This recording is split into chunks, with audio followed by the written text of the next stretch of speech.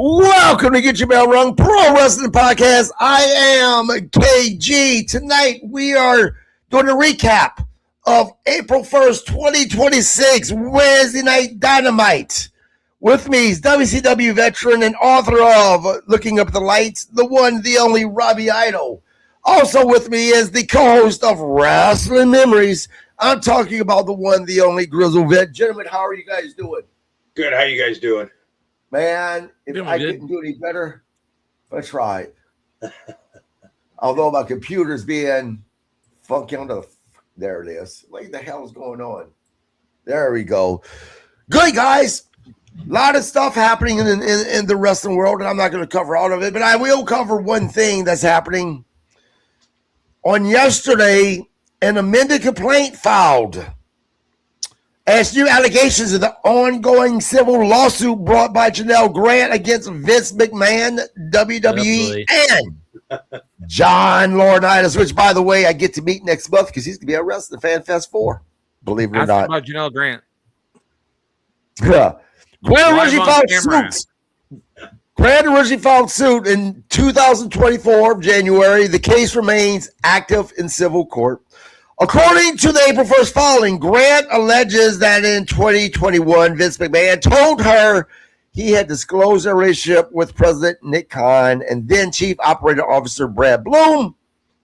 The complaint states that concerns were raised about the relationship, particularly regarding trust. Grant alleges McMahon reassured leadership about her loyalty and that their response became supportive.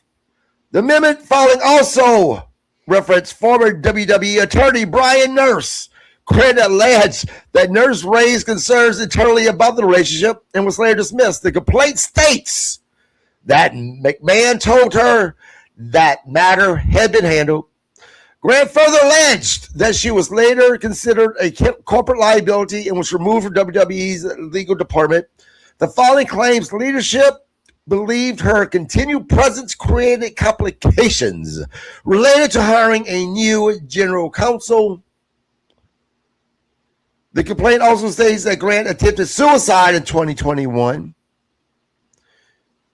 The complaint also states that Grant was instructed to go to Laurinaitis' hotel room and engage in sexual activity.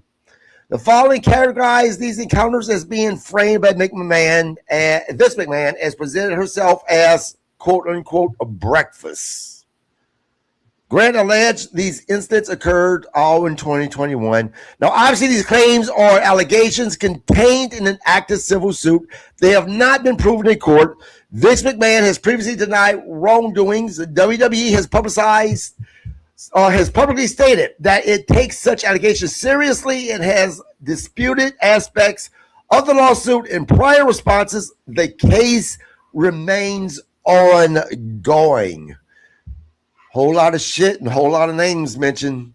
You know, it's funny because there's a whole lot of people, man, that they're split in the middle. Some believe that, you know, Vince McMahon is an all above mention. They don't think very highly of him. But other people, like, you know, it sure is weird that she didn't start filing these complaints until the money stopped.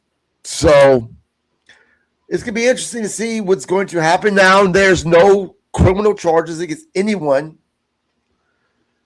So it's just going to end up costing Vince McMahon, I have a feeling, more money in the end. Robbie?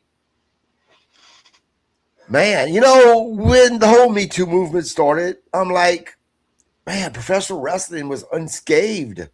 Good for them. Boy, was I wrong. That's a lot of shit happening. Glad I'm not part of it. Glad I'm not part of this.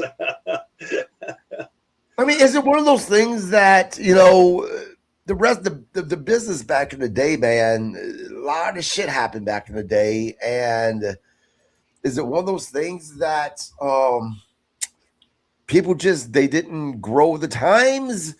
I don't know. I mean, what can you say about all of this? I mean, really, it's, you know, it's, you don't know. That's all I can say is you don't know, unfortunately. Yeah, you don't know. I mean, there's all kinds of stories going around and stuff like that. You know, it's a he said, she said thing. You know, Right. I mean, I've heard what I've heard. I really never looked. I heard a little bit about it. Really didn't pay a lot of attention. I heard like Vince told her I guess gave her, I'd give you X amount of dollars to keep her quiet, and gave her half of it and said, I'm not giving you another dime. And that's why everything, it went sideways. That's what I heard. And I mean, look, I wouldn't put anything past anybody. You know? This is the thing. I have zero doubts in my head that this should happen, right? But people do have a valid point about the whole money thing. Again, I don't know. I'm not taking sides. I'm not getting involved in this shit. I was not there. But it's very interesting, Grizzle. It really is. There's a lot of speculation that once this shit's over with, that we're going to see Vince McMahon somehow, some way back in the WWE. I personally don't think so. What about you? I don't think so. In this case, because I've been following this Janelle Grant lawsuit thing since she first filed back, 2024. I think there's too much damage to Vince's reputation. Mm-hmm. I'm like you, after reading, if it had been a couple things, but if you read the lawsuit, like really, and I read the lawsuit from beginning. It's a porn novel, and there's too much of it that just can't be just random made up shit. It can't be. There's no way. Right. Just some of the stories in here when the most minor story is the story with the dildos. If that's the most minor story in this case, that's saying a lot, because the man had white toys and black toys. The black toys were named after black wrestlers, and the white toys were named after white wrestlers, so that he could fantasize these wrestlers doing things with her. Vince is kind of sick. This is not shit you can make up. I mean, if she can make this up, damn. Right. But no. Vince has a very vivid imagination. That's part of what made him so successful in the wrestling business. Terry Zello says, hey, guys. What's up, Terry? What's going on, Terry, man? Thank you for joining us, guys. AEW last night. Look, I'm not going to lie. I enjoyed it. I did. Robbie, if you didn't like it, fuck you, man. That's be 2 weeks in a row that two episodes in a row that you disagree. What was your thoughts over AEW last night? It was okay. It was okay. Okay. God it damn. had a couple moments, but for the most part, it was okay. Start calling you Bob Cook. Grizzled, what'd you think about AEW last night? I'll kind of be on your side this time. I'm going to say from beginning to end, it was overall a good show. Yeah. A couple spots where you just kind of went, what? But that's typical Tony Khan. Well, you know what? I'm going to disagree with you. I don't think it's typical Tony Khan. I think that's typical professional wrestling because, again, as I always say, the fact of the matter is that not everybody likes everything. There's going to be different things for different people in the show. So there's going to be things that I don't like, that you don't like, that Robbie doesn't like, that other people may love. That's what's great about professional wrestling. That's why professional wrestling is for all people because of that. Now, 31 flavors, just like ice cream. Yes, there was some things that I'm like, and we'll get to it. I'm not even saying things that were I'm saying some things just didn't make sense. Yeah, right. I get that. And before whether you liked them or not, they just didn't make sense. Right. And you know what? We will absolutely get there. But before we get there, guys, Get Your Bell Rung Professional Wrestling Podcast. We started doing this little thing, started last week. We highlight and recognize people within the industry. This week, it was Mr. Andrew Anderson that was nominated, and we all agree that he should be highlighted. And I'm going to read a little bit. This week on Get Your Bell Rung Pro Wrestling Podcast, we probably recognize a man who represents longevity, toughness, and dedication to the craft of professional wrestling. Our highlight of the week is none other than Andrew Anderson, still active after more than 30 years in the business. Andrew Anderson continues to prove that passion and grit never go out of style. Known to fans as the Reinforcer, and in recent years as the Purple Haze, Anderson has built a career that bridges the golden era mentality with modern, independent, professional excellence from the ring to silver screen. His acting credits includes horror anthology Creepy Tales by Michael P. Russin on television. He portrayed an arms dealer in the Amazon Prime series Sneaky Pete and appeared as one of the demon bikers on the Fox television series Gotham. In Gotham, Anderson was part of one of the most unforgettable murder sequences in recent television history, executing the scene with chilling intensity. Commercial audiences may also recognize him from national campaigns, including the Skittles commercials, Don't Suplex the Rainbow, and the Doritos 2010 Super Bowl commercial, Powerbomb. Both spots cleverly merged wrestling culture with mainstream entertainment. Anderson fit naturally into that spotlight. He has held multiple wrestling championships, and he's still going strong. Guys, if you want to read this in full, please go to my Facebook page, Kg Landry on Facebook. Find it. We'll be highlighting someone next week as well. But to Mr. Andrew Anderson, thank you for everything you've done in professional wrestling. We at Get Your Bell Wrestling, Get Your Bell Rung Pro Wrestling Podcast. We appreciate you, sir. We really do. And I'm looking forward to seeing you next month in FanFest 4. I believe he's going to be there. Guys, let's get into AEW Dynamite opening segment. Tony Schiavone was in the ring because it was advertised about there was going to be a contract signing between MJF and, of course, Kenny Omega. The Pyro was acting goofy. Before we get into who came out, was this part of the whole story with this person that I'm going to mention his name in a second returning with the Pyro acting goofy, or was something going on that was a little funky with Pyro last night in the beginning of the show, Grizzled? From the way I saw it and the way I looked at it, I mean, I could be wrong, but I think to me it looked like it was a timing issue. Mm-hmm. Like the music should have started and then the boom, boom, boom, boom, boom, boom, boom, Pyro come out there. You know what? The problem is it wasn't just one time. 3 or 4 times it went off in the mid of Tony Schiavone trying to talk. And I'm like, what the fuck? I don't know, because that would just be a weird way to do it. I think it was just it was a timing issue. There was an error. I could be wrong. You know, it could go right to what I always talk about. One of the things that they are a little weak at, in my opinion, is production. Messing up in production. Nonetheless, a lot of fans were in tears last night, not in a good way. Because the song that everyone in AEW loves to sing, Judas, hit, and Chris Jericho came out to a huge pop. Now, I'll say some are crying because, man, some of the fans posted on social media after this, boo-hooing that Jericho was back at AEW. They was expecting him to surprise them at WrestleMania.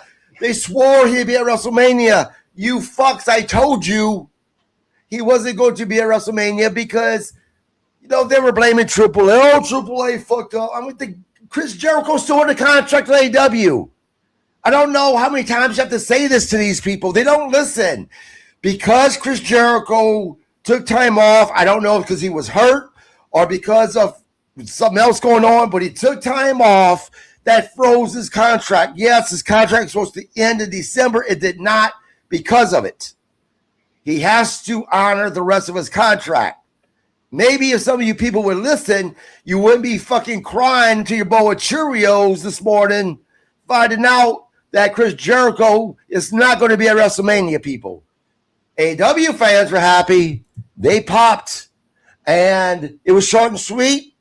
He kept the fans going, and he simply said, I'm home. Robbie, your thoughts on this?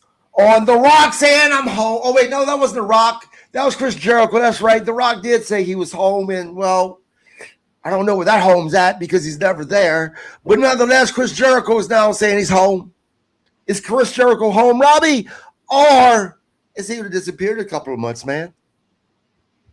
He's home. I think he probably weighed his options and said, you know what? Even though, I'll get a bigger audience with WWE, the pay's better, the, travel, everything that Tony pays for and stuff. So he probably weighed his options and said, and the schedule and everything like that, it works out better to him. But you can definitely tell, you got to give him credit. While he was off, he obviously worked out because he looked, he looks in shape. Yeah, I have to laugh at Mark, my original co-host. He's in the announcer just saying, I just turned on AEW. Man, that wasn't Jericho. It was Dalton Castle's older brother. Because he had the mustache rocking, you know what I'm saying? I thought it was funny. Grizzled, man. Now, I know the answer I'm expecting to come from you, and I hope you don't disappoint me. But were you surprised to see Jericho coming back to AEW? Or were you one of these fans that were like, man, Jericho showing up at WrestleMania. He's not going back to AEW. And are you happy to see him back on television at AEW? I had read reports like you did that his contract had been frozen due to being so no, I wasn't surprised. As far as the fans go, yeah, he's gonna be back at WrestleMania. He's gonna be back at hang on, let me start from the beginning. He's gonna be at John Cena's last match. Nope, he's not there. He's gonna be at the Royal Rumble. Well, fuck. He's gonna be at the limit. God damn it. He's gonna be at no, he's in AEW. Okay. That's kind of Jericho's always going to be there. If you read Meltzer's or listen to Meltzer on the radio, he's saying that the offer was for a retirement tour with WWE, which Jericho's not interested in doing. He wants something more longer term. Right. So, right. And I agree, Chris Jericho, he looked fantastic. He really did. I wouldn't say he looked fantastic, but I did. I absolutely would, because he lost a lot of weight. He got himself into shape. You know what? That's a hard thing to do. I'm going to give him flowers for it. He looked good last night. Speaking of Dave Meltzer, video came out today that I laughed at. Dave Meltzer, while doing the interview, no sold an earthquake that happened. Live interview, rumbling started shaking. An earthquake. Okay, that's basically just move on with the interview as the shit's shaking. You know what? Dave Meltzer, man, people give him shit. And I get it. He has reported on some things at times that he's gotten wrong. There's some big things. I think, correct me if I'm wrong, any of you guys, but I think, Grizzle, you'd be the one to really know this for a fact. Didn't he report on the death of Roman Reigns' dad before his dad actually passed away? Stuff like that, man. Yes, I don't know if it was Roman Reigns' dad, but there have been a couple times where he's reported on a passing and they weren't passed yet. Right. That's been a regular. This is the thing. And people give me shit, and I don't give a fuck if people give me shit or not about this. If Dave Meltzer reports on something, I pay attention and I look into it because he has gotten a lot of stuff right. Now, he's a little silly. I'm not going to, I'll admit that with his 5-star rating matches that I'm like, what, are you drunk? He absolutely simps for AEW, whatever. But if he does report on something, I'm looking into it because he's been reporting for a very long time. And I think he is a credible source at times, more times than not, to be honest with you. I've seen the video you're talking about where he's in the middle of the interview and but you have to understand something. And you being, Louisiana, this area, Robbie there, the Florida boy, Dave's the one of me. He's just like me. We're from California. And sometimes you hit an earthquake, you go, oh, shit, earthquake. And you just kind of do your thing. And then it ends because we're used to them. It's not really no selling. It's just a case of earthquake. All right, just business as usual. Yeah. People who aren't used to them are the ones that go. Right. Yeah, I lived in California for a little bit, and I've gone through a minor earthquake a couple of times in California. Biggest one I was in was a 6.5. I don't recommend it. Yeah, I didn't know anything that big. When it shakes an apartment building, man, you don't want to do that shit. No. I mean, Robbie, when Dave Meltzer reports on something, man, do you pay attention or at least look into it somewhat, or you just ignore it like a lot of people do because it's Dave Meltzer? I just look at it, basically. That's it. I don't really look into it or whatever. I just, see it, and then that's it. Yeah, I mean, you're more the pro wrestler. I think myself and Grizzled, we're more kind of that. I don't want to use the word journalist because I'm not a journalist, but that mind frame type thing. Right. So, Grizzled, same question. If Dave Meltzer reports on something, does it pique your interest and at least cause you to check into it because he has been a credible source a lot of times, or do you just ignore it? Absolutely. Given what his recent, but you got to think that he's been doing this since early 80s. Right. Wrestling Observer still going. People still read it. People still subscribe to it. I dare you to find any other newsletter that's still. Right. I think it's all digital now. I don't think he does the print one anymore. I think that ended last year. But you find anybody else who's still doing, Mike Johnson with PW Insider, Meltzer the Observer, and I want to say that might be about it. I don't know if there's any other, but he's still kind of one of the top. No, yeah, you got to take it with a grain of salt. But if Meltzer reports something, I look into it, and I would say 80% of the time there's actually the truth to it. But when it's in another 20%, it's going to be some funny shit. Right. But you know what's funny is a lot of the people that see making fun of Dave Meltzer or ignoring or say, oh, blah, blah, blah about Dave Meltzer are the same fans who are saying Chris Jericho is coming to WWE WrestleMania. I guarantee you 100%. Get the fuck out of here. No. So you said Meltzer's been around because I know the name. So he used to do the dirt sheet, right? Wrestling Observer still does the newsletter. Yeah. Oh, okay. So that's okay. That I guess we just used to call them the dirt sheets. So yeah, I mean, it was. I remember looking at them back in the day and stuff, and they were cool. Right. Yeah, he's been doing that since early '80s. Yeah. Okay. And it's still going. So. Yep. Guys, we actually, go backstage after Chris Jericho. We go backstage.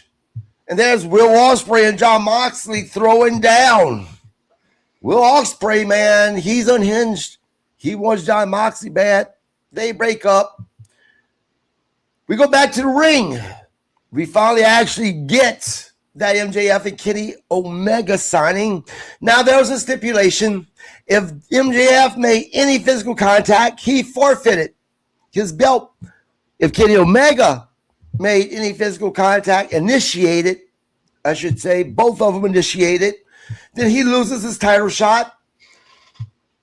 MJF signed that contract right away and then began to say something, and Omega interrupted MJF and told him to shut up.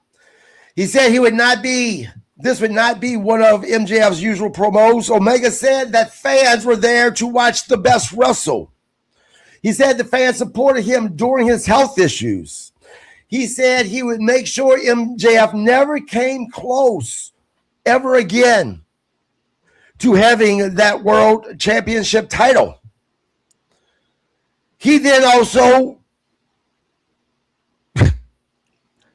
although he said that he's not one to ever do this, he did it again, said that he was God, basically. The crowd was solidly behind Omega, but why wouldn't they? They're in Canada, gentlemen. Of course the fans are going to be behind Kenny Omega. MJF stood up and applauded Omega's little speech, but then questioned if Omega was at 100%. MJF then referenced Omega's intestinal health, the diverticulitis, and said, I seen your doctor's reports or talked to your doctor, And your doctor warned that at any time your intestines could fucking explode. And said, your time is almost up. Well, Kenny Omega then responded and said, well, I talked to your doctor. And I think he even made reference to so much for that HIPAA stuff. Thought that was a little funny, actually. And said, your doctor says that, well, you don't have any balls. Speedball. Now, all this came up because Speedball actually showed up to calm Kenny down to make sure those two didn't fight. That's when Kenny then talked about MJF not having balls because Speedball Mike Bailey actually challenged MJF to a match. So in order to get MJF to accept, that's when Omega questioned his manhood, his toughness. MJF accepted. Gentlemen, start with you, Grizzled. Your thoughts on this segment, man. Look, here's a question for you. Okay. These segments that we have after the contract signing very much different than WWE because WWE still does the old school shit. You know that there's going to be fighting and breaking up, right?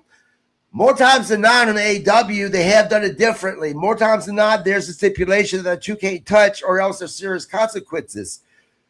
Is AEW doing it right? Or do you prefer WWE the way they're doing it? Or should it be both, or they're doing too much of the same thing? They should mix it up so you don't know what's going to happen. I don't mind the contract signing stipulation idea of once they sign the contract, if you lose your title shot. If you do this, you forfeit the title. I like that because if they're signing a contract, that means they've got the title shot. It adds to a story a little bit, and you don't have them fighting and giving. You don't have a Brock Lesnar Obafemi thing where you're getting all the action before you actually have the match. Right. So I don't mind the contract signing stipulation. The one thing about this contract signing, though, and this kind of threw me off, is the show starts, Tony Schiavone's out there, oh, the contract signing. And then ba-boom, ba-boom, ba-boom, Jericho comes out, does his thing. Then we go backstage, and they do that thing. Then they come back out. There ain't nobody in the ring moderating this contract signing. They're just a desk. The guys go out, they sign, they start yapping. I'm like, why is Tony sitting outside? Why isn't he moderating the contract signing? Because contract signing, you don't just go, here's a contract, the guy just come in and sign. It seemed weird. They had him in the beginning, and then after Jericho, he's out and they're doing commentary on the contract signing. I'm like, I don't understand why they didn't have Tony moderate the whole thing. It struck me as odd. Right. No, I agree with you. And there's some inconsistencies. And there's something that happened last night, I think that Schiavone said, that I'm like, what? Huh? And we'll get into that. Robbie, your thoughts on this? They kind of the same question. Do you like the contract signing with the steps that you can't touch each other? Or do you prefer the WWE way where you know that there's going to be some action happening? No, I mean, I don't mind that, them not putting hands on. At least you kind of makes you still guess what are they going to do. This way you're not, because if it holds up to where you're the contract signings, generally whoever gets the upper hand usually loses. Right. And you pretty much determine it. But I do agree, like, made no sense why there wasn't somebody in the ring moderating this. Right. As much as I can't stand Tony Schiavone, but why wasn't he in there, to, whatever on the, moderate it. Right. Well, speaking of Schiavone, and I don't know if you guys caught this or not, he did mess up a little bit for the next match, the trios match, the demand. Of course, I'm talking about Bishop Khan, Toa Leona, and Ricochet against Brody King, Kenny Omega, and Jack Perry. Now, I swear to you, and maybe I'm the one that's hearing shit, but I swear Schiavone said this was a title match. And I'm like, what? It wasn't a title match. What the fuck was Schiavone talking about?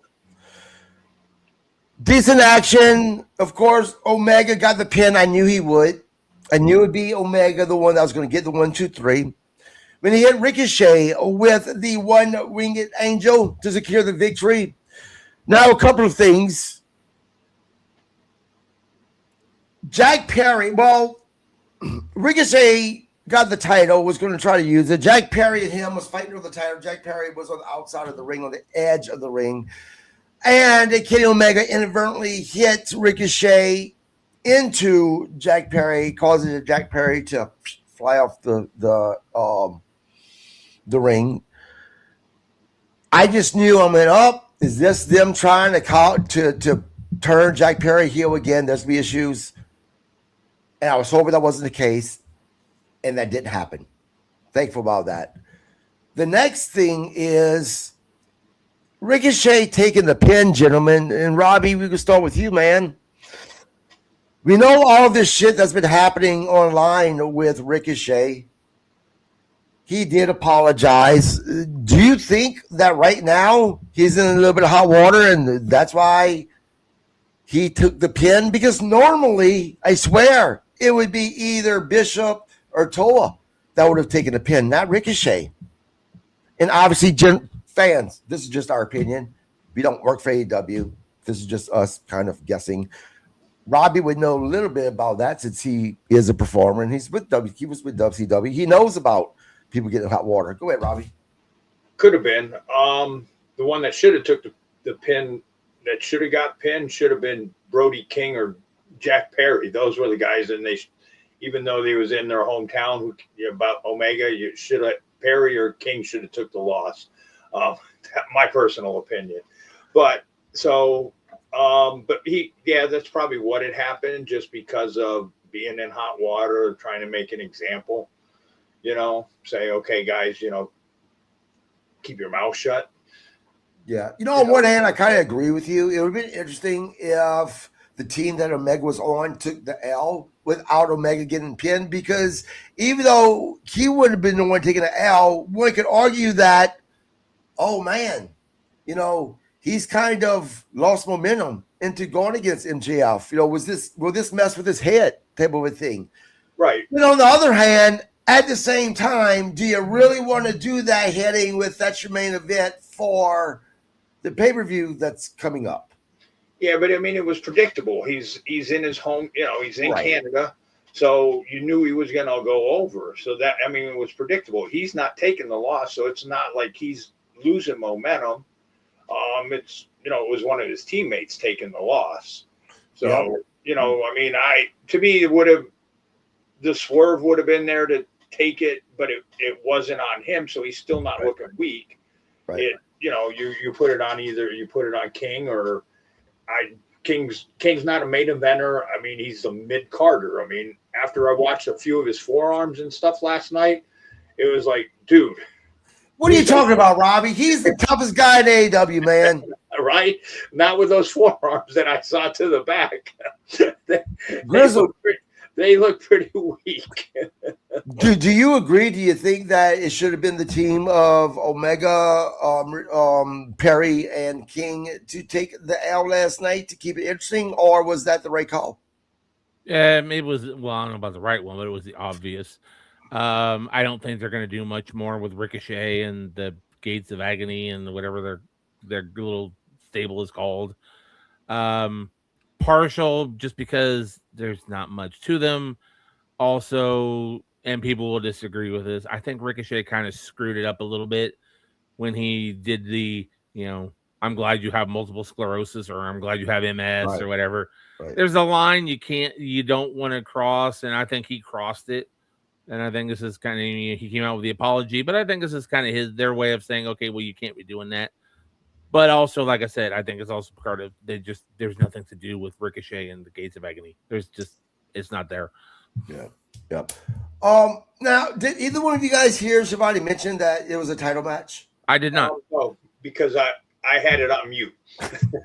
I was gonna say, I'm kind of like Robbie. Usually, unless Tony Schiavone says something really fucking stupid, I don't really pay much attention to it. But no, I actually, honestly, did not hear anything about a title match. See, he doesn't pay attention to Schiavone. I don't hear him because I mute him. So, yeah. And see, I'm the guy, man, that I probably shouldn't say this on a podcast about wrestling, but I prefer to watch professional wrestling at the house versus live because it's just so different without the color commentary. The color commentary adds a lot. So I eat bad or good. I need the color commentary for some reason. I have fun when I go to them live. I'm going to SummerSlam, for the experience. But like when Dynamite came last week here in St. Paul, my wife's like, "Do you want to go?" I said, "I don't, to be honest with you. I prefer to watch it on TV because I want the color commentary." That's what I guess I'm a little different than you guys. Well, see, when I'm watching even a sporting event, I can't even take the announcers anymore. I mute them too and watch the game. Yeah. There's just announcers I just cannot stand. I mean, wow. I can't stand Tom Brady. I can't stand Romo. A lot of the players, it's like I, and it's like, okay, your career's over now. You know, just call the game. Yeah, no. I can go both ways as far as commentary goes. I'll listen to some of it, but like I said, I was watching it this morning. I had to watch the Max replay because for some reason my DVR didn't record Dynamite last night. So I'll listen to it. But KG, my son's like you.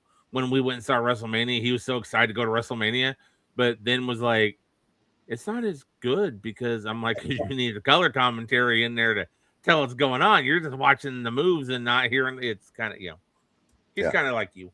I remember one of the first time my dad took me to a live event. I was young, but I remember this. I remember my dad asking me, if I had a good time, and I said, "Yes, sir, I had a good time."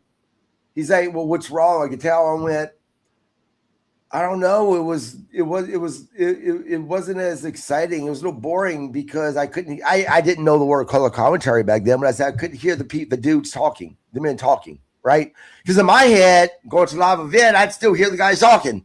89 years old type of a thing. Really? See, I remember when I went and saw him as a kid, I just thought it was great just to be there live and stuff and to see all the guys up, because you were by them. Right. It was just cool. To me, it was, you didn't worry about, and I mean, you figure I grew up with Gordon Soley, so one of the best. Right. But and then when you watched it on TV, it was great, because you had Gordon, but like the live events just were like cool to see because now you saw all the guys you were watching on TV. They're there. Right.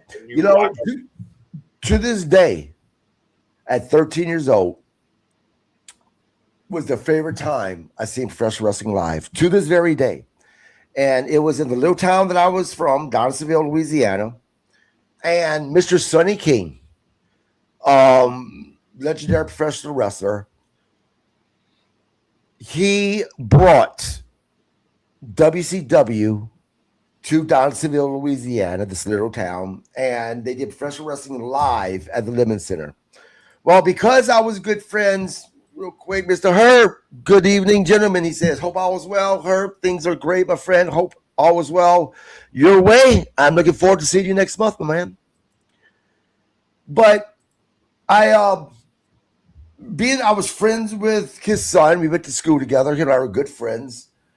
And I was able to sit in the front row. And on top of it, I was able to meet a lot of the guys. And he brought us in the dressing room. I met Ric Flair. I met Dr. Steve Williams. I mean, it was great. Absolutely great. It's my favorite time ever because of the experience that I had being there with Mr. Sonny. Great times. But again, to this day, and I'm 53 now, that was my favorite time ever. I prefer to watch it on TV than live. Now, WrestleMania, SummerSlam, I think it's going to be different because it's going to be, I think that's going to be the biggest show as far as first wrestling that I've been to. I haven't been to WrestleMania. I've been to pay-per-views, but SummerSlam is one of their big ones. So I'm looking forward to that one, though. I really am. But I think I might be looking forward to more of the events. It's the first time it's going to be 2 days. All the event that week that's happening than even the show. We'll see. Guys, we go backstage. Willow Nightingale issues an open challenge for a collision, a special collision that's actually happening tonight, probably right now. It is. Yeah. We stay backstage with, this was my favorite segment because it was so silly. It made me laugh. Renee Paquette interviewing Christian Cage and Edge, and Christian was like, Edge was like, "No offense, but we're doing all blah blah blah. We don't have time. We're if you're in our way, we're taking you out. Well, Christian picks up a chair, and I guess he thought at that moment that Renee was in his way. He's about to take Renee out. And Edge is like, no. And as they're walking away, you hear Christian saying, Edge, Renee, really? Renee? Dude, that was fucking great. I love Edge and Christian together. I really do. Grizzled, man, your thoughts on this segment? First, let's go back to Will Nightingale backstage collision. Open challenge. Yeah. Is this going to make you go watch Collision tonight? I'm going to watch Collision tonight because this is kind of funny. This week on Rasslin Memories, we're going to be talking about AEW Dynamite, and Collision because my co-host was there last night. Okay. So we're going to get both perspectives. What Right. I saw from the television perspective and what he sees from the live show perspective. So Right. yeah, it's kind of funny. We're discussing this. I'm discussing it twice this week. Right. Right. Well, no. I mean, I'll watch Collision because it's on. So that's it. The Edge and Cope and Christian segment. No, I thought that was funny. We're taking anybody out and you see Christian with the chair and Edge. No, Renee's not in our way. Just stop. You know, it reminded me of a movie. I don't know if you guys have ever seen this film. It was called No Time for Sheriffs with Andy Griffith as the evil land baron. When I tell you boys to take care of somebody, I mean you take them out and you shoot them. And then his daughter's having daddy, boys, take care of her. No. It kind of struck me the same thing. We're going to take him out. No, not Renee. Stop. And it just brought up that movie, which I haven't seen probably in decades, but I always remember that when I say take care of somebody. Robbie, same question with Willow Nightingale, man. Does this make you want to watch Collision specifically for this match? Whoever, to see who's going to challenge her and what's going to happen? No, I mean, and I like Willow. I mean, thought she did okay. Right. So, but does it make me want to run and go watch it? No, unfortunately. But yeah, the Cope and Christian, that was funny. And you kind of wonder what did Renee do to Christian back in maybe the WWE days? I think it would have been funny if she stopped them on their way to find FTR. Right. So she got in the way. Right. I think they should let Christian take her out. I do too. Well, we continue with the journey with, I said Edge, Cope, and Christian looking for FTR as they bust into FTR's locker room. And there, they were able to address, not FTR, but a couple of guys from Dynamite's family. And I apologize because I can't remember who was there, the two guys. Trent Beretta and Rocky Romero. Yes, Beretta and Romero, yeah. These FTR's not here, but they would be at Collision tomorrow night. Of course, talking about tonight and Thursday. And Cope and Christian said, okay, we'll give them a message. And they beat the living shit out of them. It was what it was. Robbie, your thoughts on that? It was good. I mean, there was a couple stiff chair shots there. So I wonder how, what was said afterwards, because there were a couple shots that looked pretty stiff. Yeah. So I was like, I wonder what they had to say to them afterwards. Grizzled. I will. Now, let me ask you this question. Christian and Edge or Cope said before they gave the beat down to him that they would be there tonight. Now, are you more interested into what? I know you said you're going to watch this because it's on, right? But now, did it give you something to look forward to? Once again, not really, but I mean, at least I know it'll be something I enjoy watching because I like watching Cope and Christian. I like what they're doing. But honestly, the whole thing with the thing, I can't talk again. The whole thing with the promo in the back with the chair shots. I kid you not, I was watching this and I think I had to message you about something at some point, and my thought was, shit, Christian went Robbie Idol on him with that chair. God damn, Christian is just bam, bam, bam, bam. I'm like, good God. And I was making a joke in my head that he went Robbie Idol with the chair. Guys, we go back to the ring for some action. Pac against Will Ospreay. Now, before Will Ospreay come out and before the match starts, we go to Renee and she's talking to us about this is Will Ospreay's only second match since he's been back from his injury. And Will Ospreay comes out and Pac beats the snot out of him on the stage, on the, his entryway, gave him a brain buster. Now the doctors and medical come out, and they're begging Will Ospreay to not move forward with this match. And they took a few minutes, but he did. I like the match. I like both Pac. I like Will Ospreay. I don't think you can go wrong with these two facing each other. Very physical match. Pac applied the submission on Ospreay, but Ospreay was able to use it to counter him and roll him up to get the pin. After the match, the Death Riders attacked Will Ospreay. A chair was placed around his neck, and we were like, oh shit, we're about to have Will Ospreay be taken out again. But that's not what happened. Moxley then got down on his knee and told Will Ospreay that we could take your head off if you wanted to, but we're not. And then he warned them, don't make this personal. I'm not. And they walked away. Guys, this goes right into the confusion of, are they still trying to make Jon Moxley kind of look like a fucking face? Because Jon Moxley, before he was sort of face, would have absolutely kicked that chair to make it look like that he gravely injured or at least broke his neck again. Who this on Grizzled? Where we at with this, man? I'll be honest with you. I saw no face style anything in this one. It seems like they stopped it and they're going back to making the death threat. But now they're making Moxley. He came across as more of a calculating, I could have broke your neck, but I didn't. Which is the good guy in him. I did not come across to me as a good guy thing, though. It came across to me as a way of he's fucking with Ospreay like a cat fucks with a mouse. I could have taken you out now, but I'm not going to. That's the vibe I got, which because it seems like a total 180 from when he was fighting with Takeshita. Then it was like, okay, I want this one-on-one. I want this. I want this. This time now it's more like he's, like I said, a cat stalking his prey. So it came across more heelish again, which makes me think that's what they're going back. I don't know. Yeah. See, and me, the way I took it, Robbie, was, well, Real, you came out when you made your comeback and you attacked me. You attacked me after a match.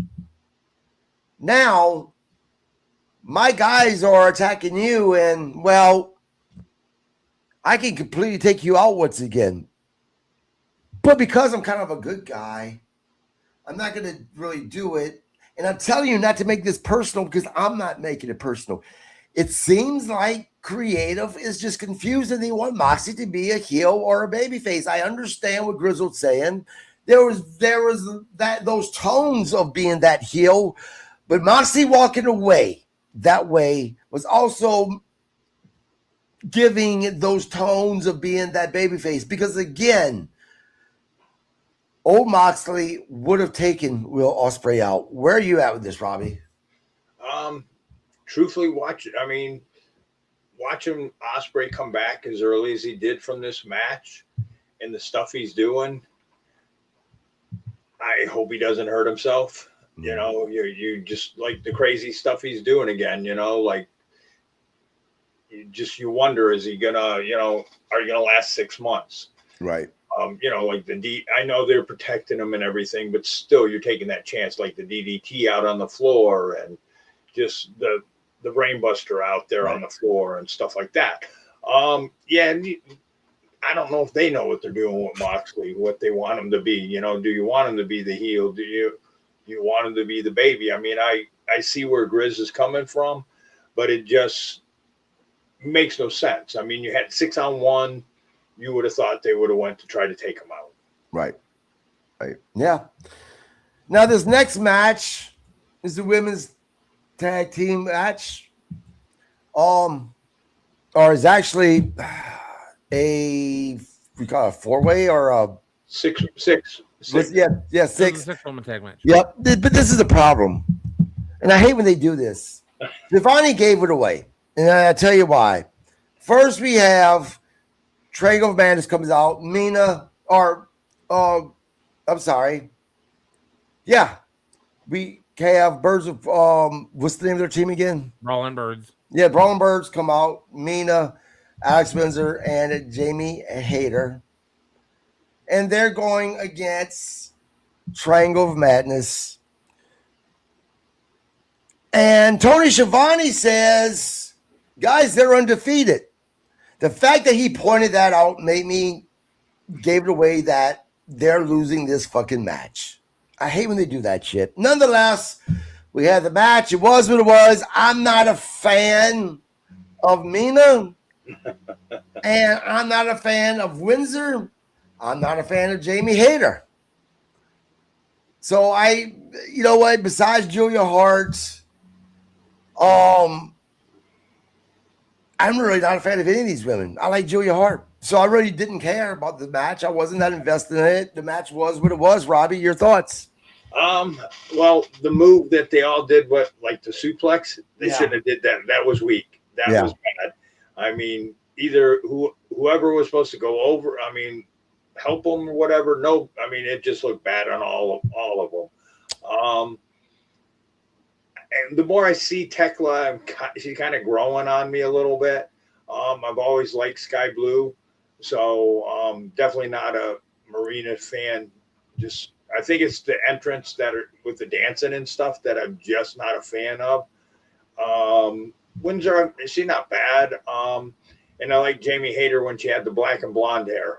So now, did Schiavone kind of give it away for you when he made that announcement? Yeah, well, you saying that, and I guess I kind of, if I don't have them on mute, I kind of try to tune them out. I kind of try to tune them out. So now, Tekla Grizzled, man, you don't find that she's kind of a cross between, because of what she's doing, Bray Wyatt and now Logan Paul with the freaking brass knuckles? No. Really? No, I don't. No. This match was all right. You know, I like all the girls in the match, so for me it was something. I have no issue with Mina or the Birds or the Triangle of Madness. I'm good with all of them. You know, it was kind of a come down from the match before though, because as far as I'm concerned, Pac and Ospreay were probably match of the night, and then it's followed up by this.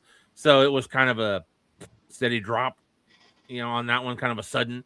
Maybe I would have enjoyed it more if they'd have put it later on in the show where it wasn't having to be like, holy crap, what a great match, and then this. Because sometimes that can change a match for you.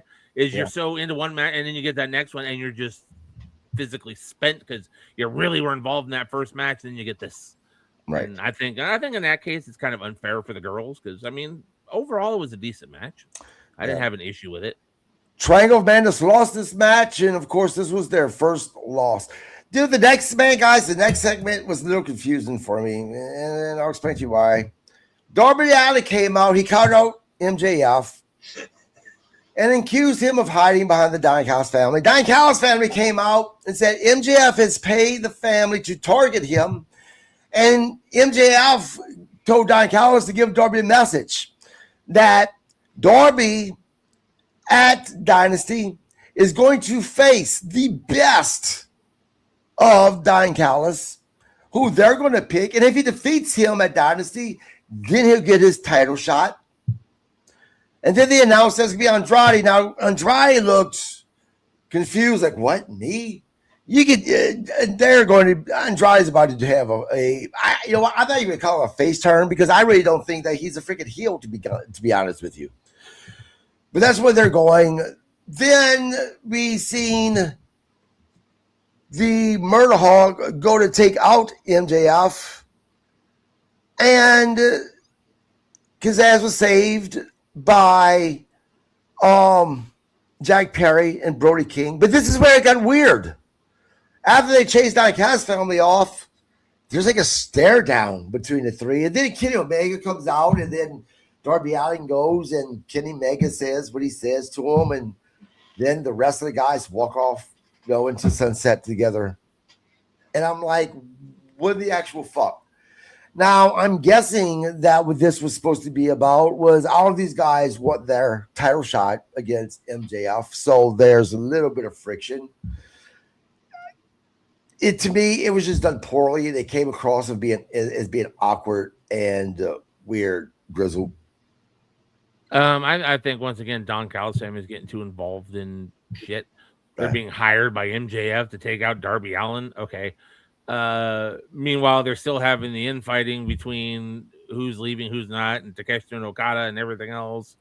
And I'm assuming there's still an issue with the Death Riders. I don't know because they haven't really talked about that recently. Right. So it's a jumbled mess. No, it didn't make any sense, though. They come out, Brody King comes out, doesn't make the save, and Omega comes out, and everybody's like standing there staring at each other and weirdo. And then they made the comment that if if Darby Allin beats Andrade, then he gets a shot at MJF if MJF retains his title against Kenny Omega. So, hey, if Kenny Omega wins, fuck off Darby. Doesn't matter if you beat Andrade or not. It should just be if you beat Andrade, you get a shot at the title. Right. Instead, they made that weird odd that it's MJF if he beats Omega, which makes it sound like Omega will just go, nah. So, to me, they gave away everything last night when they said that. To me, that means that, one, MJF's going to win. That's what I'm saying. And that means that Darby Allin's going to actually lose because Andrade's going to beat Darby Allin, and then it's going to become an issue that Andrade's going to say, well, if Darby was able to get a title shot if he beat me, but instead I beat him, then why shouldn't I get the title shot against MJF? And that's going to cause a ruckus. That's how they're going to turn Andrade, in my opinion. That's my opinion. Robbie?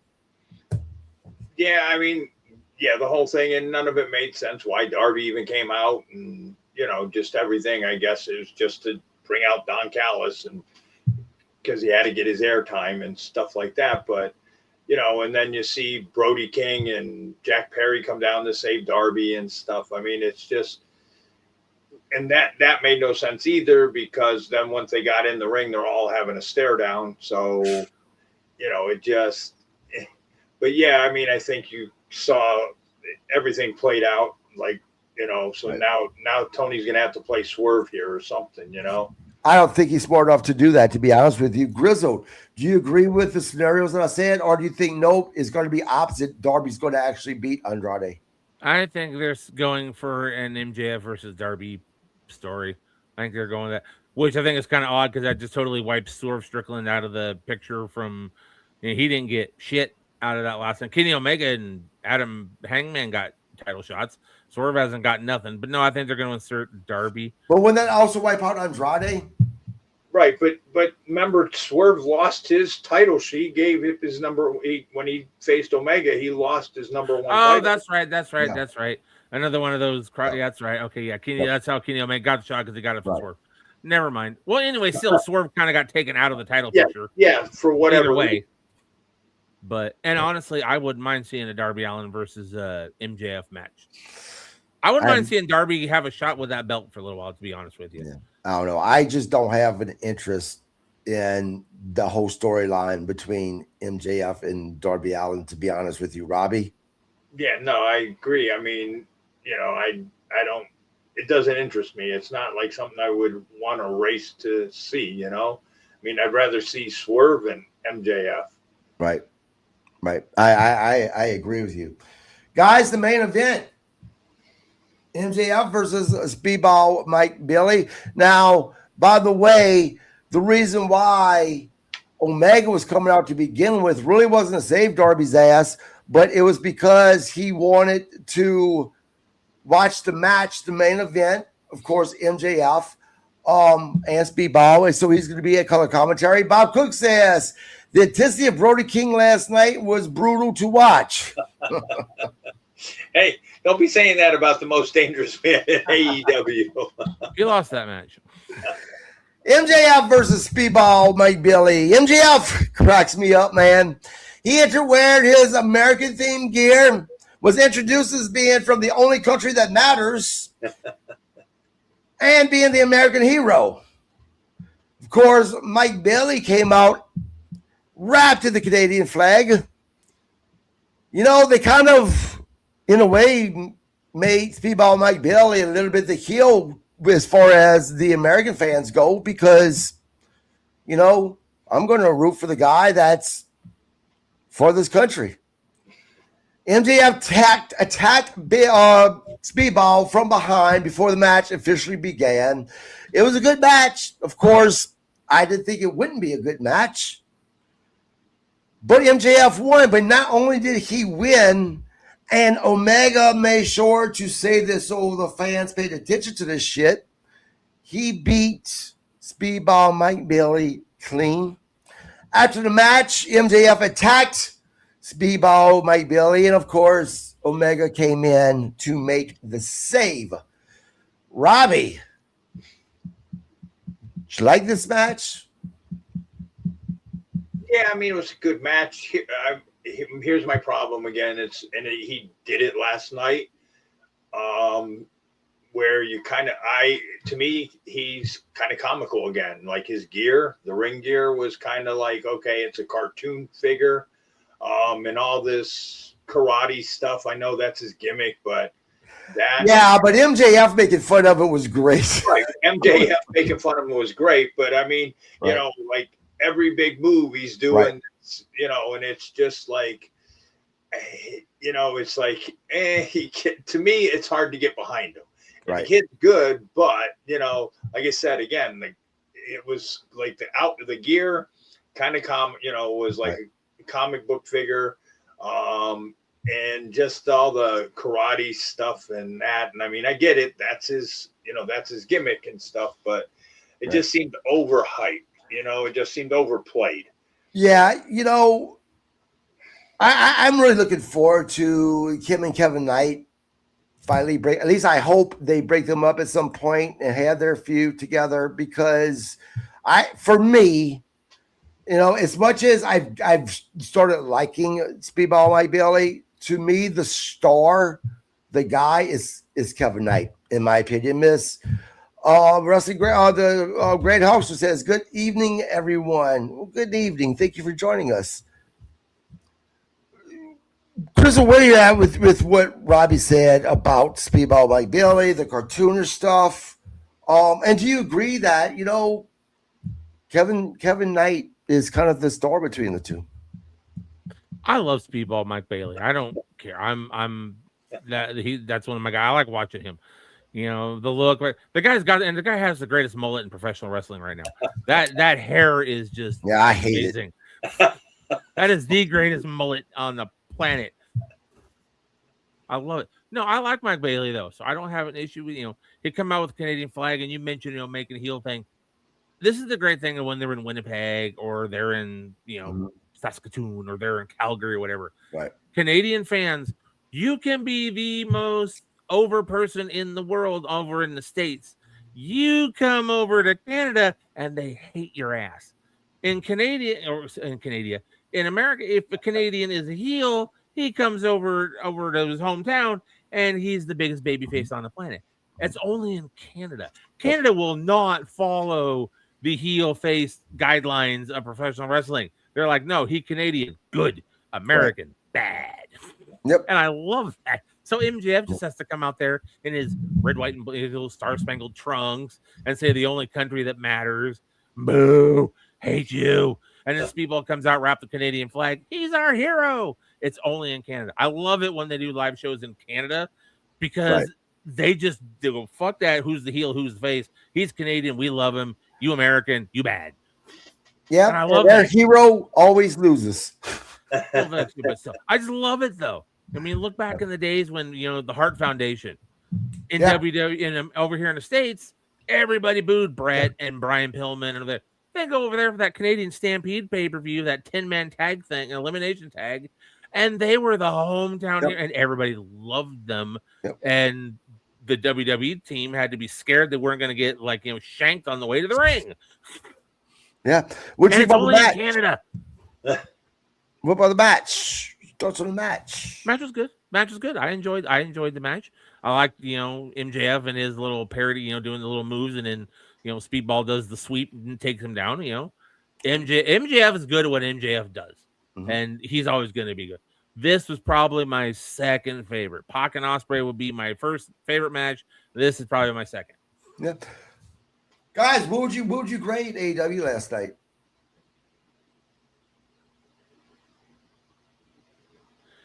I'm going to give them a solid B. Yeah. I will give them a solid B on this one. That's what I was going to give them. And I think part of that was because they were in Winnipeg. Yeah. And Robbie? It's that Canadian crowd. C+.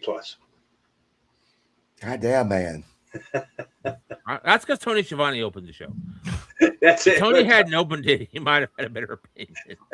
I might have given him a B-. Tony hadn't been in the ring to start off. It's only going to get worse. Yeah, Taz wasn't there last night. Taz always makes it better. Yes. He really does. Taz is good. I don't mind the guy with the mask, whatever. Excalibur. Yeah, I mean, he's good. I really wish they'd get rid of Tony. The other guy that's not bad. They had Nigel last I'm trying to think if he came from Ring. I think he came from Ring of Honor. Not Nigel. Ian the Riccaboni. Younger guy that has glasses. Ian Riccaboni. Yeah. Ian Riccaboni. Yeah. No, he's good. Anytime Riccaboni's doing commentary, I'm sold. Yeah, I love Riccaboni. He's good. So, too bad you couldn't put maybe Ian, Taz, and the guy with the mask. That would, like I said, part of it's because I know Tony, so I just know what an asshole he is. So, doesn't matter. I mean, he could go kiss my ass out on 41, and I still wouldn't like him afterwards, I think that they should honor Tony Schiavone by letting him be the lead commentary on ROH and just keep him there.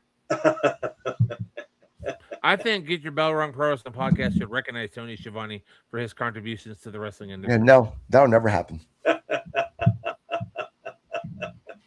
I'm fighting for it now. We'll never agree to that.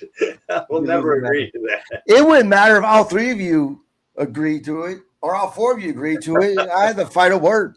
So majority decision, asshole. Nah. That's only fair. This is not democracy. This is a Kevinocracy. Yeah, but see, besides Kevin not liking him, Bob and I don't like him either. Well, yeah. I mean, everybody's got their reasons, I'm sure. That's just because. But you know what? Even back in the day, even before I got into wrestling, I never thought like him and Crockett. They were, after you saw Jim Ross, Gordon Soley, Lance Russell, all those guys that those were all living legends. Yes. Okay, that's not fair. You're comparing Tony Schiavone to four of probably the greatest voices in wrestling. But that's what I'm saying is after you hear those guys, though, I mean, it's hard. It's just hard to try to wow.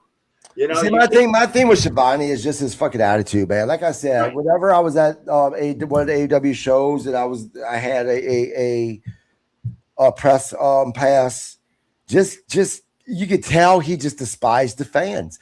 And I'm not, and I didn't even hear anything about Tony. I made that opinion on my own. That opinion was something I came to on my own. And then next thing you know, I started hearing people like Bobby Ray and Heedy with his interview talking about how much Tony Schiavone hated the fans. You started talking about how much of a schmuck he is. Bob Cook did. I mean, I have not heard one person say anything good about Tony Schiavone.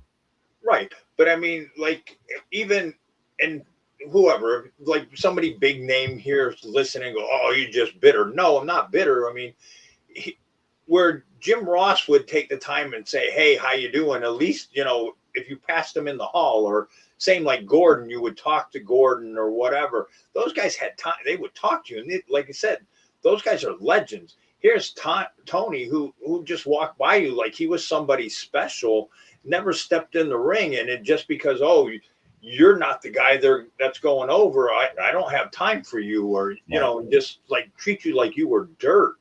Where I remember Jim Ross coming up to me because he knew he was, I was in one of the matches he was calling and saying, hey, I want to say something really good about you. You know, what can you tell me about your past, or, you know, did you play sports or whatever? I mean, you know, he, you know, came up and said, hey, I want to say something nice about you. You know, he didn't have to do that. Yeah, I tell you, speaking of someone calling your match and saying something about you, I thought I was going to freaking pistol myself during your match when you're in the ring with Norman, and he's literally sucking wind because of how big he is, and Jim Cornette says that you're the one that was blowed up, and I'm like, oh, holy shit. Well, what was it? Okay, but did you in the match, because you put that match on TV, or not on TV, on Facebook? Yeah. Did you hear what he said about poor Rick? Yes. Like, because he was talking about Lex, and he's like, Lex is going to be nothing pretty soon in this, and he goes, and Rick Ryder's already nothing, and now he's going to be more of nothing. Yeah. And I'm thinking, damn, Jim. Yeah, but I'm like, did you two piss Jim off before the match? That's just Jim. I think that's just his character. Yeah. He was. Yeah. Question for you though, Robbie. Yeah. I watched that match, and I you know, I liked Norman. I thought it was kind of a fun gimmick, and I saw a lot of his stuff in, you know, Muck and Sing and Canada. How was it working with him? I mean, because he looked really, even for a big guy, he really worked well in the ring. Yes, he was easy. I mean, I worked with him before that, so he was part of before.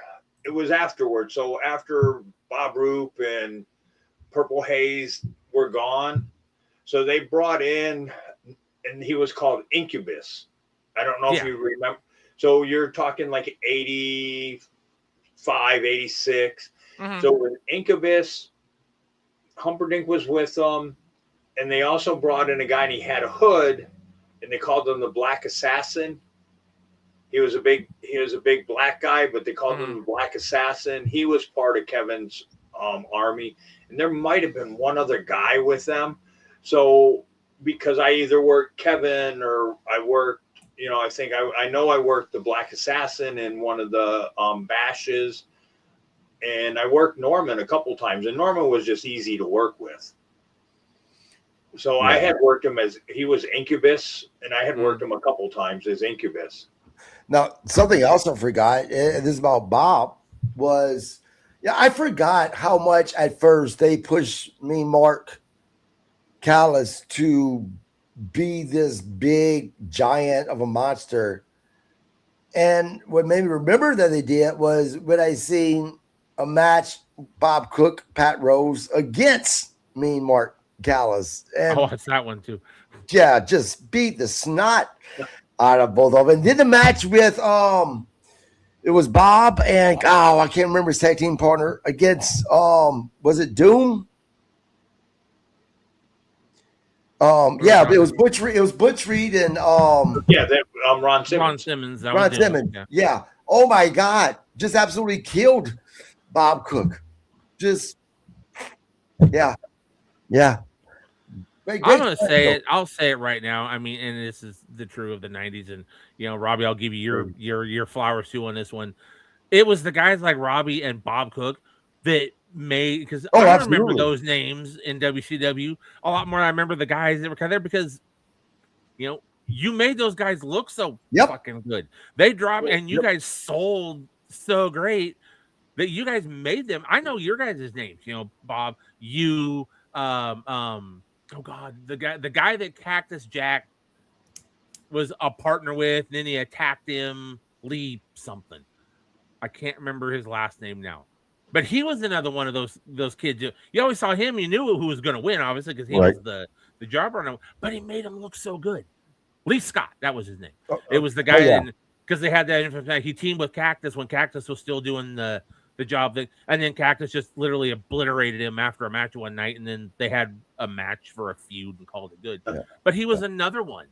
You know, they don't have guys like that nowadays. No, I mean, look, Bob even Cook, in indie, they don't have people that make, you know, you look good like, you know, you guys did. I mean, it's kind of a lost art. Bob Cook and his tag team partner, and I apologize, I can't remember who his partner was at the time, made the Midnight Express look like $1 million in a match that they had. That the one was me and Bob together? Yeah, was it you and Bob? But and I think that was one of the few times I know Bob and I think was very seldom was it Bob and I together. Most of the time, if they put me, it would be with Rick. So I would be with Rick, and then I would be with other people. So like I was with like Mike Sampson, Keith Hart, and a couple other guys. You know what was funny about professional wrestling back then? You know how they booked you guys. Now use Bob again as an example. They'd have Bob Cook as a match, basically one of your top mid-carders, right? Almost, you know, a main eventer, really. I mean, they get real up there. Very physical match. And then the very next week, they'd have him putting a guy over in a matter of 30 seconds. That's professional wrestling back then with you guys. But it's because you guys just made these guys look so goddamn good. I mean, the way you guys sold, you guys made them look like $1 million. I've always said, without the Bob Cooks, without the Robbie Idols, without the Mulkey brothers, without the Pat Roses, we wouldn't have the Ric Flairs. You know, without the George South, we wouldn't have, you know, the Ric Flairs or the Road Warriors or any of those guys. We wouldn't. They would not. And don't they were. Even that going 90s. Look at guys, you know, where they're depending on what group he worked in, what his name was. You had Sunny Beach or Sandy Beach, same guy. They just changed his name. You had the Italian Stallion. Stallion was just as much on WCW as Robbie and them were at that time. He was on there like every week. Italian Stallion was always on there. Did he win? No, but he made everybody look good. You know, that was the great thing. That was fun watching wrestling back then. Oh yeah, I enjoy that now. Then more than I do some of the stuff now. I wouldn't mind seeing like, you know, a jobber match. That's why I like it when they have the things where when Braun Strowman was first coming up, and they would just have him obliterate whatever local talent was in the area. And a friend of mine wrestled him a couple times when he was through here in Texas, and they just squashed him. Yeah, but it was fun to watch because it built him. And, you know, and in the Braun Strowman case, of course, you know, they never got any offense in there recently, but it's still, they sold it and made it look good. I miss that. They don't have that. A guy like Obafemi could use that, put him up against a local guy that he can just toss around like a ragdoll and squish, but they don't do that anymore. Yeah. Bob says, you know, shorter the better. Yeah. I mean, you know, I'm assuming, Robbie, did you guys, and I'm assuming the answer is no. Do you guys get paid the same regardless for how long the match was? Yes. So no matter what, same pay. Yeah. So why wouldn't you want to, you know, get in there and get out? Yeah, they all did. All those.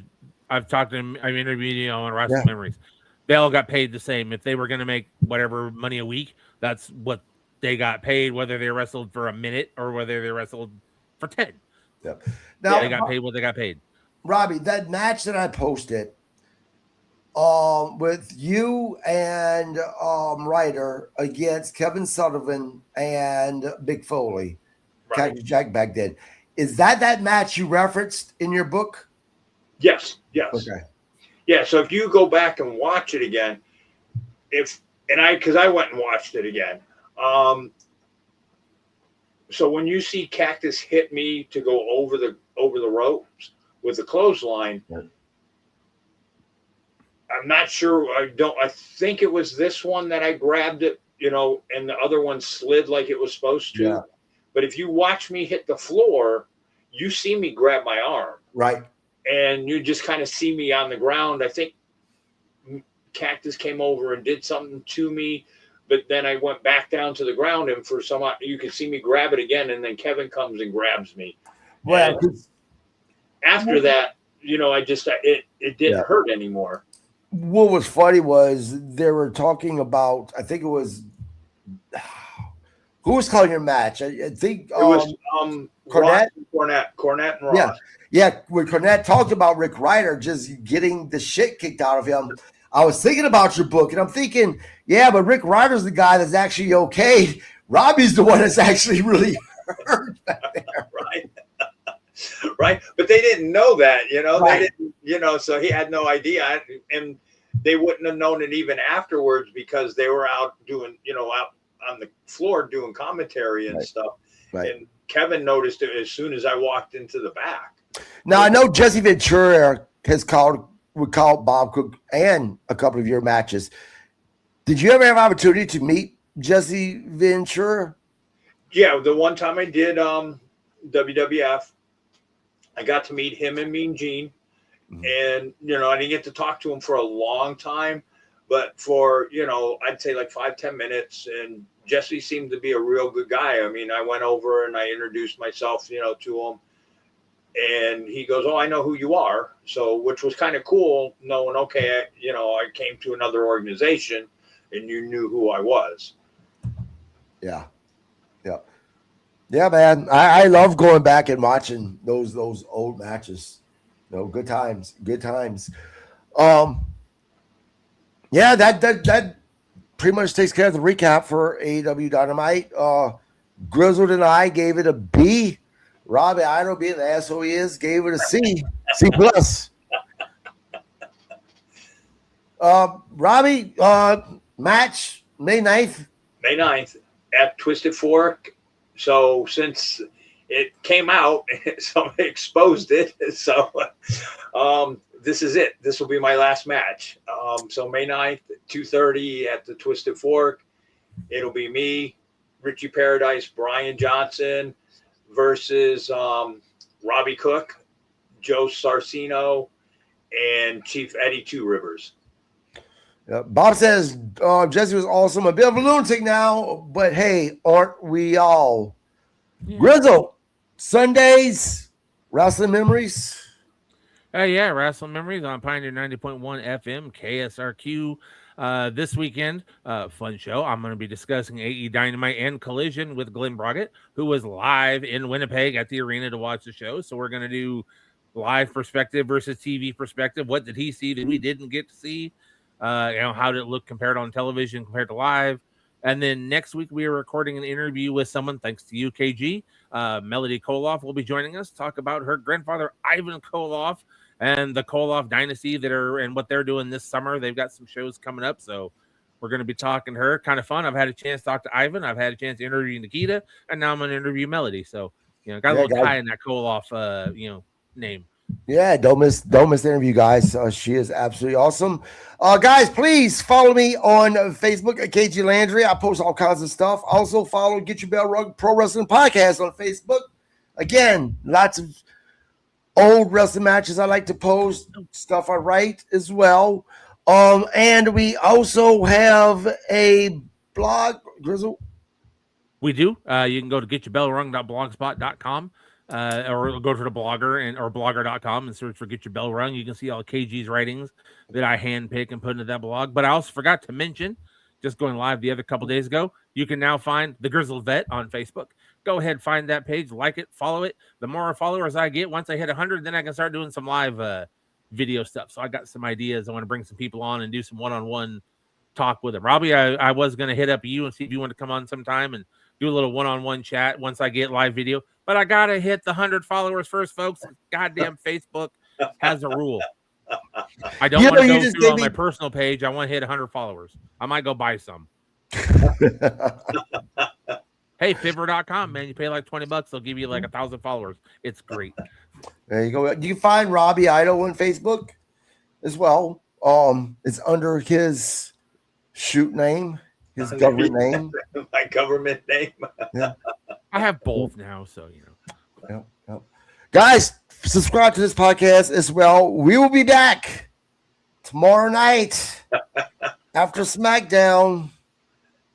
Yay. Yeah. No, we're dedicated. I hope. I want to find out though, guys. Before we go to prediction real quick. Yeah, we're gonna find out tomorrow. Mm-hmm. Who do you think is the Mr. Caller? Because Randy Orton has said that he will be in St. Louis on SmackDown. So we will find out who is on the phone call. His dad. That's what I'm thinking. I'm thinking they gave that clue when they showed the picture of him and his dad on the wall. I think Cowboy Bob's getting involved one time. Yep. Yeah, I agree. I was thinking the same thing. You may not agree with how he's getting involved, in my opinion, but right. I think Randy's going to snap and RKO him. Maybe. I'm going to call Randy's going to drop his father. I'm going to call his aunt, who I know, friends with, and I'm going to say, you need to talk to your nephew. What the fuck is going on with him? I still think that they should have turned Cody heel for this story because it's just not working. Fans, We can talk about that more tomorrow. Yeah, the fans are cheering Randy Orton. Yeah, it's just not working. I assure you, if it is his dad, he RKO's his dad. They're going to say one more time. Guarantee you.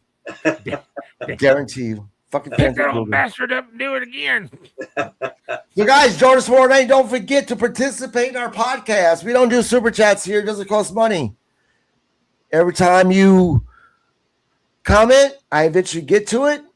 Ask questions. Tell us what you thought about whatever shows you're doing recaps of. Until then, you guys have a great Friday. Good night, everybody. See ya.